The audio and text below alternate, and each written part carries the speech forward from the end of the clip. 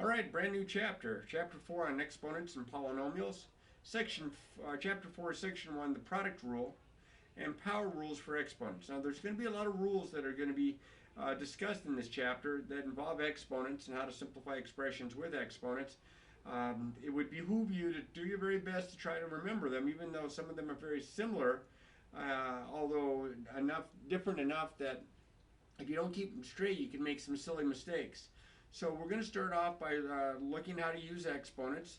We're going to use the product rule for exponents. We're going to use the power to a power rule for exponents. We're going to use the product to a power rule for exponents, the quotient to a power rule for exponents, and then we'll also do problems where we're going to use combinations of all these rules and then also apply them to geometric applications. That's a whole lot of stuff right there. So here we go. Quick review of something that we discussed briefly in the review chapter, chapter 1, and that is about what an exponent is. An exponent is a kind of a shortcut notation for repeated multiplication. You know, when you add the same number, 5 plus 5 plus 5 plus 5 plus 5, we can write that as 5 times 5. I mean, 5 plus 5 plus 5 plus 5, yeah, 5 times 5, because there are 5 numbers that are being added, all the same number, 5 addends that are all the same, so we can use multiplication for repeated addition. But when we have 5 times 5 times 5 times 5 times 5, then what we can do is we can use exponents to show that repeated multiplication when it's the same factor again and again and again. And you're probably familiar with seeing something that looks like x raised to the m power, but most likely the x, which we call the base, is probably a number, and the little number that's kind of raised and to the right there, it's kind of a smaller looking number, that's the exponent. Now, some people call the exponent the power, but the whole idea of a power is the whole expression is kind of considered a power. And we also consider this expression an exponential expression. So I've heard people use exponent for power for exponent. I've heard people use power for the entire expression that involves the exponent. So 5 to the third power means 5 times 5 times 5. The 3 tells us how many factors of the base. X to the third power means x times x times x. And of course, if our exponent is a 1, that means it's just one factor of it. So x to the first would just be x. 10 to the first would just be 10. Any number to the first power would just be that any number. Now, we can reverse this. If we have repeated multiplication, we can write it by counting how many factors we have and using the exponent. Notice here 7 times 7 times 7 times 7 times 7. There's 1, 2, 3, 4, 5 factors of 7. So the base is the 7 because those are the repeated factors. And the exponent is 5 to tell you how many of those factors you have. Now this one's a little different because I have some factors of 3 and I have some factors of x. So my answer is actually going to kind of be in two parts here. First, the repeated factors of 3, I have 1, 2, 3, 4 of them. I'm going to write that as 3 to the fourth power, okay? And then I have 1, 2, 3 factors of x, so I'm going to write that times x to the third power. Now, if I write it with exponents, I would probably leave it just like that. However, if I was simplifying, I can't really do much with x times x times x, but 3 times 3 times 3 times 3 is 81, and I could write it as 81x to the third power. But the direction said use exponents. Now, when you see again the word evaluate, look at that base word, value, find out what it's worth. 4 to the fifth power, remember, means 4 times 4 times 4 times 4 times 4. There are 5 factors. Well, you multiply 4 times 4 times 4 times 4, however many, 5 times, I'm losing track now, you're going to get 1,024. Now, a real tricky look to this problem is when you start throwing in negatives. All right, for example, here you see there's a negative sign in front of the 4 to the fifth, and in here there is a negative sign. That's a C, by the way, not an E. There's a negative sign in front of the 4 as part of the base. What this means is the opposite of 4 times 4 times 4 times 4 times 4. And we know that this part here, we just did that, that's 1,024. So this is negative 1,024. Now you have to be careful there because some people think that the negative goes with the 4 and that's what's being raised to the power. If I want that, I'll put parentheses around it. As it turns out, this and this have the same value because the exponents are odd, but if the exponents were even, we'd get opposites. So this is negative 4 times negative 4 times negative 4 times negative 4, 1, 2, 3, 4 times negative 4. And a negative times a negative times a negative times a negative times a negative. Notice I have an odd number of negative factors. I have an odd exponent.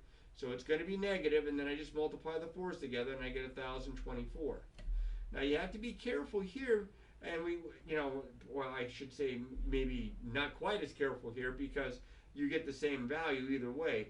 But if this was a 6 or a 2, or 4, if this was any even exponent, then this one would be negative and this one would be positive, because a negative number raised to an even exponent is positive. In fact, that's what I have here. If the base is negative, like it was here, if the exponent is even, we get a positive, and if the exponent is odd, we get a negative, like it did here. The exponent is odd. Yes, odd number there. Almost said the wrong thing there. The exponent, the expression is negative. So, note here, the opposite of a raised to the nth power means you have n factors of the opposite of a. The opposite of a times the opposite of a times the opposite of a, and so on. But the opposite of a to the nth, you have one negative sign, and then you have n factors of a, as you can see here. So I'm going to show you that with the even exponent next. Here I have negative 4 to the second power. This means negative 4 times negative 4. And negative 4 times negative 4 is positive 16. But this guy here doesn't mean negative 4 times negative 4. This is the opposite of 4 squared. Then notice there are no parentheses around the negative and the 4. So this is just saying the opposite of whatever this is. So this is the opposite of 4 times 4, which is the opposite of 16, or negative 16. Careful on those. I've seen people trip up on that. Now, let's get to our first rule for exponents. And I'm going to kind of show you in kind of logically why this works. If I have 2 to the 4th power times 2 to the 6th power, 2 to the 4th power means I have 4 factors of 2. 2 to the 6th means I have 6 factors of 2. So if I multiply 2 to the 4th times 2 to the 6th, I have these 4 factors of 2 times these 6 factors of 2.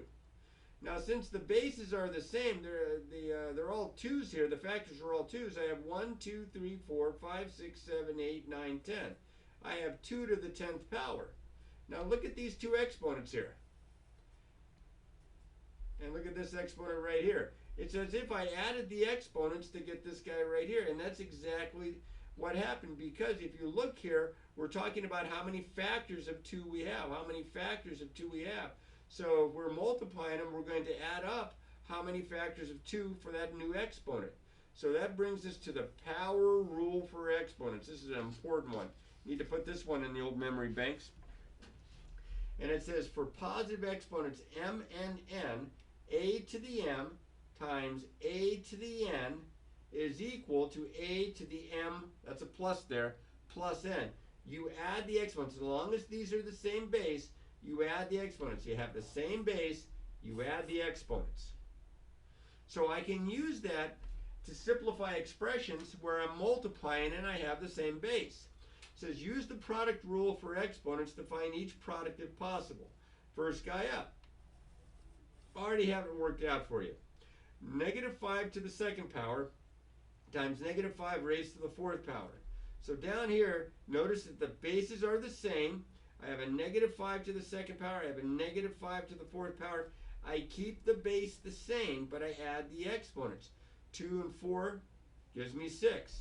Now, I probably wouldn't leave my answer like that, because I can see that I have a negative number raised to an even power. I would probably simplify it even just a little bit and write it as 5 to the 6. If you were doing a multiple choice problem, and this was the problem, and this was not there as one of the choices, it's probably because this one's there, and that's just a more convenient way to write the answer. And I can only get away with that because it's an even power. Now, in the next one, I have y to the second times y to the fifth. Now, this y is the same as y to the first, because anything to the first power is just that anything. And I all have the same base, and even though there are 3 exponential expressions that are being multiplied, they all have the same base, I add all 3 exponents. So I have y to the second times y to the first times y to the fifth is equal to y to the, you add the 2 and the 1 and the 5. You add the 2 and the 1 and the 5. Now, I wouldn't expect you to write this step down. I would expect for you to skip right ahead and tell me that this is y to the 8th power. Next guy up is not quite the same. It's two expressions, two monomials, and we'll talk about monomials after a little while. But we have two expressions here. I have 2x to the third times 4x to the seventh. To do this problem, we multiply what we can multiply together here. We actually have four looking kind of factors, although some are repeated. We have a 2, we have an x to the third, we have a 4, we have an x to the seventh. I can multiply the 2 and the 4. That's 8. I can multiply the x to the third times the x to the seventh. That's x to the 3 plus 7. That's x to the 10th. But that's as far as that goes. I can't multiply an 8 times an x to the 10th and expect it to simplify. That's just my final answer there. All right, now this last guy here, I'm doing this, or no, second to last guy here. I'm second to last guy. Here we go. I have, let's get it right though. Almost jumped the gun. I have 2 to the fourth times 5 to the second. These bases are different. I cannot add the exponents. I would just have to go ahead and either leave my answer like this in exponents, or I'd have to figure out what 2 to the fourth is, which is 16, and 5 to the second, which is 25, 5 times 5, and 16 times 25 is 400. I could do that. Now I saved this one here for last because I have 3 to the second plus 3 to the third. See, I'm not even multiplying here. Because I'm not multiplying, the product rule does not apply. The best that we can do is kind of what happened here with part D. We could simplify 3 to the second, it's 3 times 3. We could simplify 3 to the third, it's 3 times 3 times 3. So I have 9 and 27, and I'm adding those, and I get 36. Okay? Now, be careful here. These two things kind of look similar, these two examples. But here I'm adding, and here I'm multiplying. Here I can simplify this because they're like terms. I can add like terms. We're going to talk more about this later in the chapter as well. I have 4x squareds, I have 7x squareds, I'm going to have 11x squareds. Kind of like using the distributive property and factoring out the x squared. But here I'm going to have to use the product rule because I can multiply the 4 and the 7, no problem, that's 28. But the x to the second times the x to the second, you have to add the exponents, and I'm going to get x to the fourth, 28 x to the fourth. Now, let's go to the next property. Consider 3 to the second, all of that raised to the fifth power. 3 to the second raised to the fifth power means I have 5 factors of 3 to the second. See, 3 to the second to the fifth power is 3 to the second times 3 to the second times 3 to the second times 3 to the second times 3 to the second. So, and by the way, 3 to the second power is the same as saying 3 squared, and so on. So now if I use my product rule, by multiplying these by adding the exponents, I have 2, 4, 6, 8, 10. I have 3 to the 10th power. Now look at these two exponents, and look what the exponent was when I simplified. It looks as if I multiplied these two exponents together. And that's kind of how it turns out. The power rule for exponents says that for any positive integer, m and n, such that a to the m raised to the nth, right, is equal to a to the m times n. When you raise a power to a power, you multiply the exponents. That's a similar looking kind of a property as the last one, but as you can tell, very different. Remember in the last one, for the product property, we were adding exponents. Here for the power rule, for a power to a power, we are multiplying the exponents. Look right here. 4 raised to the 7th power, all that raised to the 5th power. This is 4 to the 7 times 5, or 4 to the 35th power. That'd be a pretty good sized number. Here I have y raised to the 4th power, all that raised to the 7th power. So this is equal to y to the 4 times 7, or y to the 28. Now I don't expect you to show this step here where you multiply the 4 and the 7 here on paper. I'm just doing that to emphasize it. You would probably go from here to here, get your answer. Now this one's a little different. Okay, this one has a product of two factors, 3 times y, and all that's being raised to the 4th power. Now, according to the definition of an exponent, this is 3y times 3y times 3y times 3y. My base is 3y. It's raised to the 4th power, so I have 4 factors of this 3y. Now, we've done this in similar problems before, where we have factors that are constants and factors that are variables. We multiply the constant factors together. The 3 times the 3 times the 3 times the 3 is 3 to the 4th power, which is 81. And I have y to the first times y to the first times y to the first times y to the first, 1 and 1 and 1 and 1. I have y to the 4th power. Now notice here, 3y is like 3 to the first y to the first. And it's raised to the 4th power. It looks like I almost distributed the exponent over the exponents inside the product here.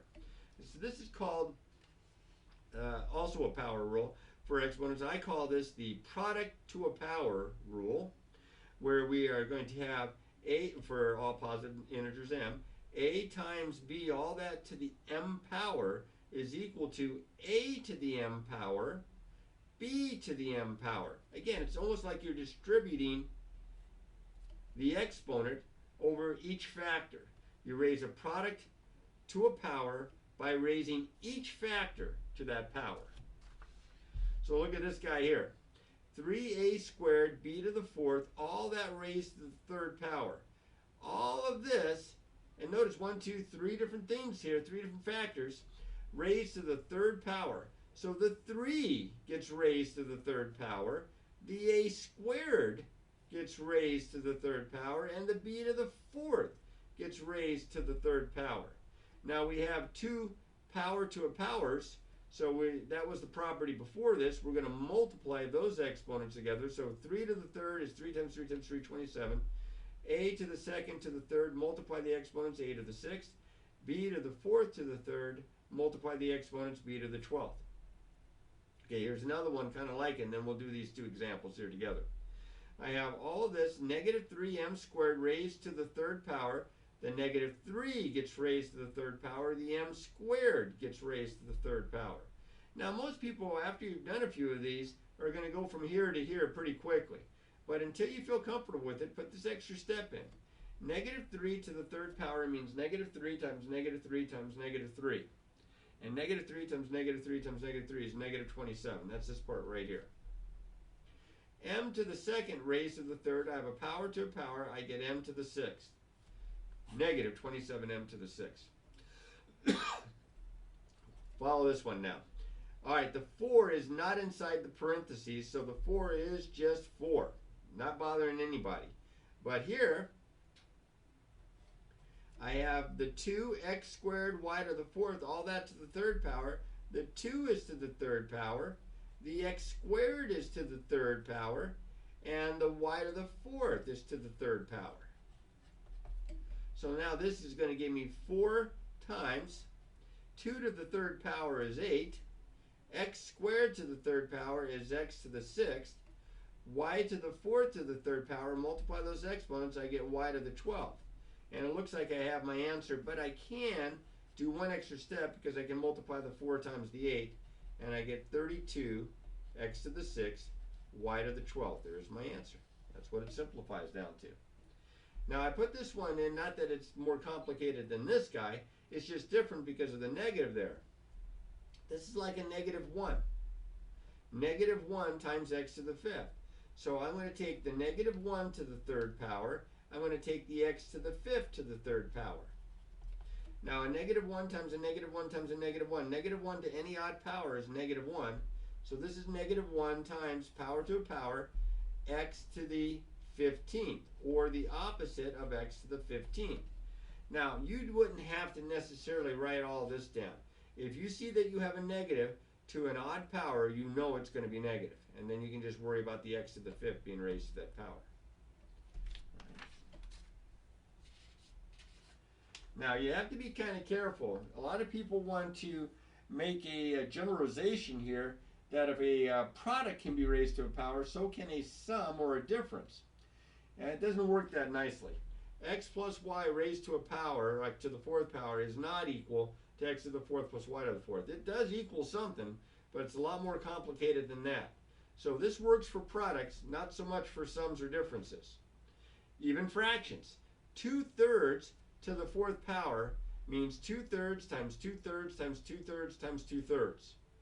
So if I'm multiplying these fractions, you multiply the numerators, you multiply the denominators. 2 times 2 times 2 times 2 is 2 to the fourth. 3 times 3 times 3 times 3 is 3 to the fourth. It's almost as if I took the 4 and I raised both the numerator and the denominator to that exponent. And that's what we call product rule part C here, or what I like to call quotient to a power.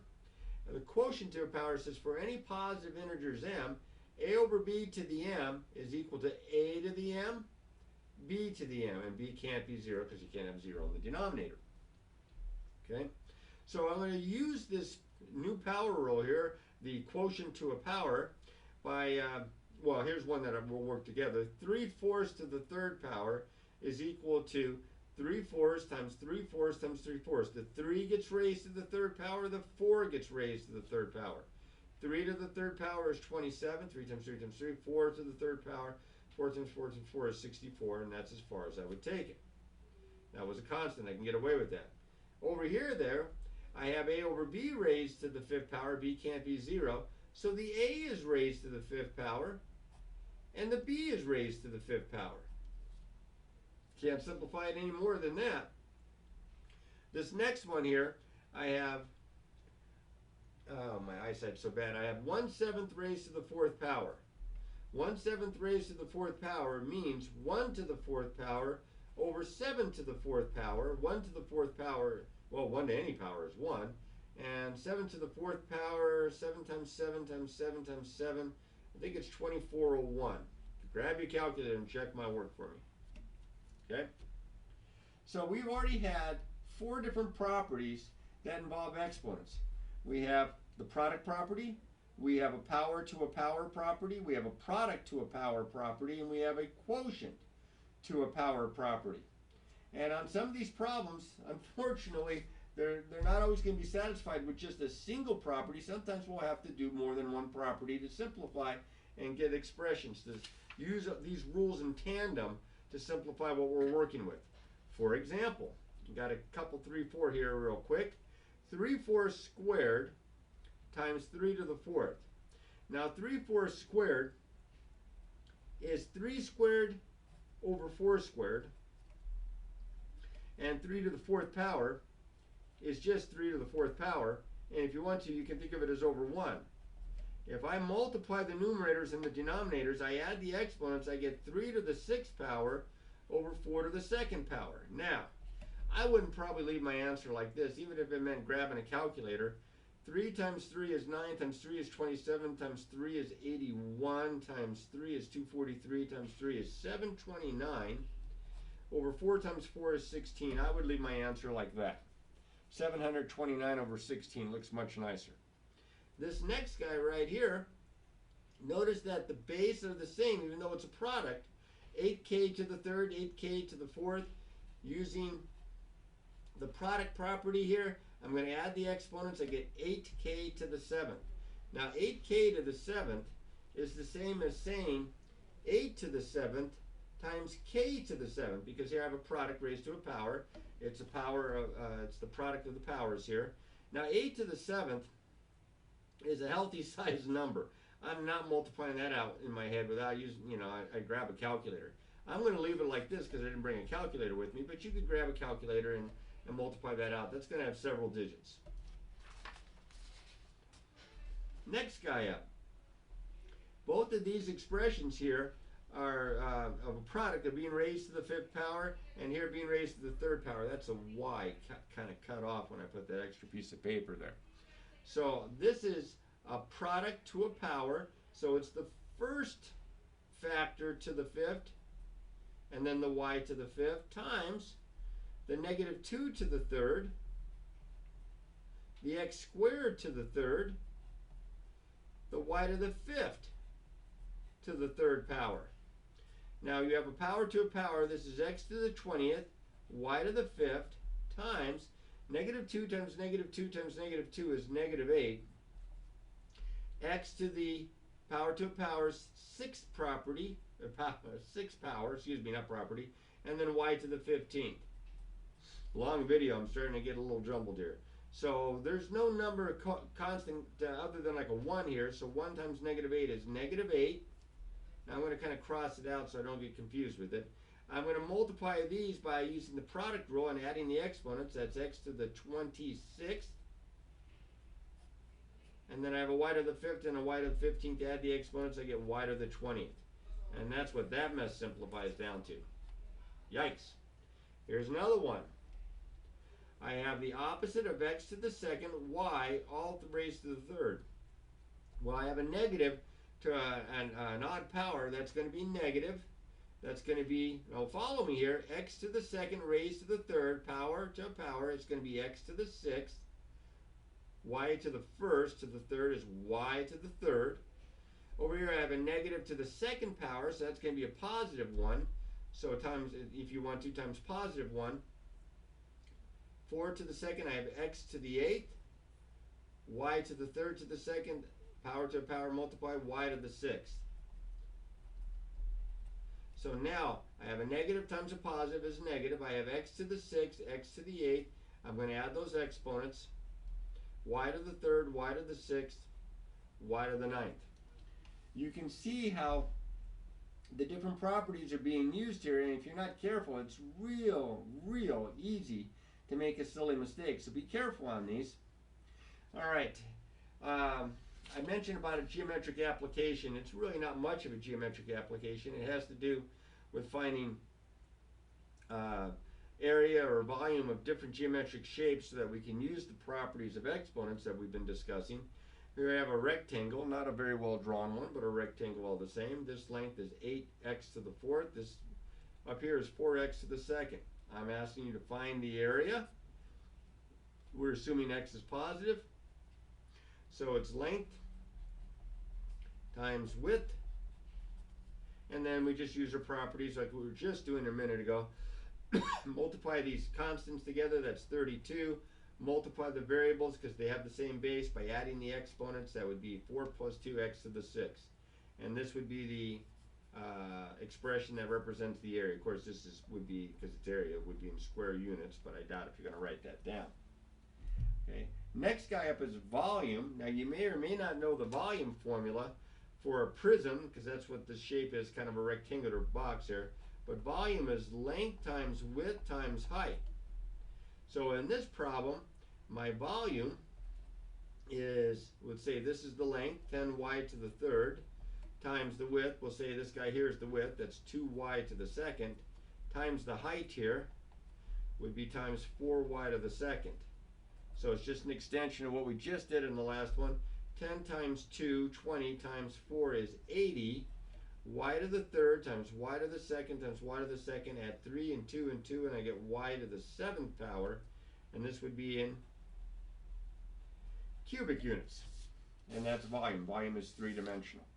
Now, I would suggest that if after listening to this you said, I got lost, I'm struggling with this, I would do some of the practice problems out of the book, some of the odd numbered problems. Start with the easy ones and work your way up. But don't lose the video. You may want to go back and watch the video at times if you get stuck on how to do a problem.